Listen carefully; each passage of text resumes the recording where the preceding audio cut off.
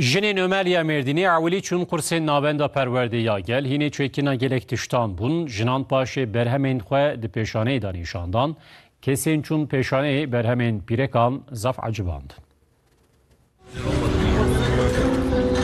Çûn kursê elmîn û berhemên xwe pêşkeş kirin. Jinên Mehserta Mêrdînê li kursên navenda perwerdeya gel perwerde bûn.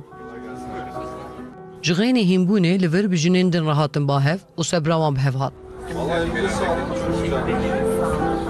Yani gerçekten memnunum, em jî memnun ve halka eğitimê ev çîk vekiriye, em jî xwe dialimînin. Di dawiya kursê de pîrekên jî hatê berhemên ku çêkirin di pêşaneyê de nîşandan. Ne emega roketene ji wextê kurs vebûne heta niha pîrekê me û jinê mehsertê giş hatin ji xwe xwe elimandin. Tiştê xweşik me çêkir û ecibandim. Berhemên wan ji hev gelek cuda û xweş bûn.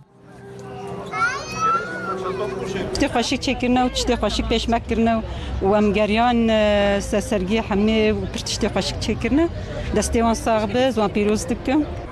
Qaymeqamê Mehsertê Furqan Çaqir, şaledarê qezayê Hüsamettin Altındağ jî di vê roja xweş de piştgirên wan bûn. Sanatê me, kültûra me ve derecî temsîl dikin, ez wana teşekkür dikim. Ser xêrê be inşallah.